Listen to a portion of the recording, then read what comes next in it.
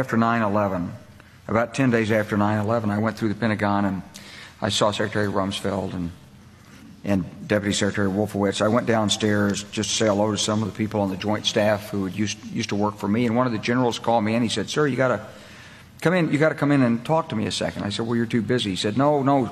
He says, "We've made the decision. We're going to war with Iraq." This was on or about the 20th of September.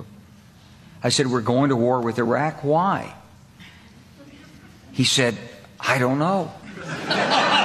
He said, "I guess they don't know what else to do."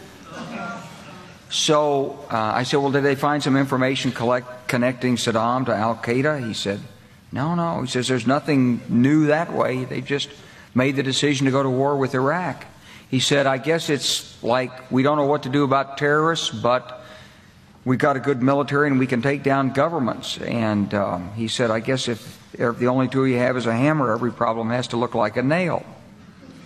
So I came back to see him a few weeks later, and by that time we were bombing in Afghanistan. I said, "Are we still going to war with Iraq?" And he said, "Oh, it's worse than that."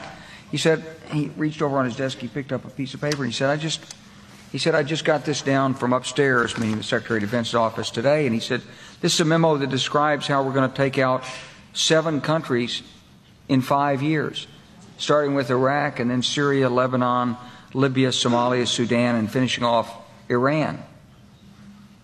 I said, "Is it classified?" He said, "Yes, sir." I said, "Well, don't show it to me." And I saw him a year or so ago, and I said, "You remember that?" He said, "Sir, I didn't show you that memo. I didn't show it to you." I'm sorry, what did you say his name was? I'm not going to give you his name. So go through the countries again? Well, starting with Iraq, then Syria and Lebanon, then Libya, then Somalia and Sudan, and then back to Iran.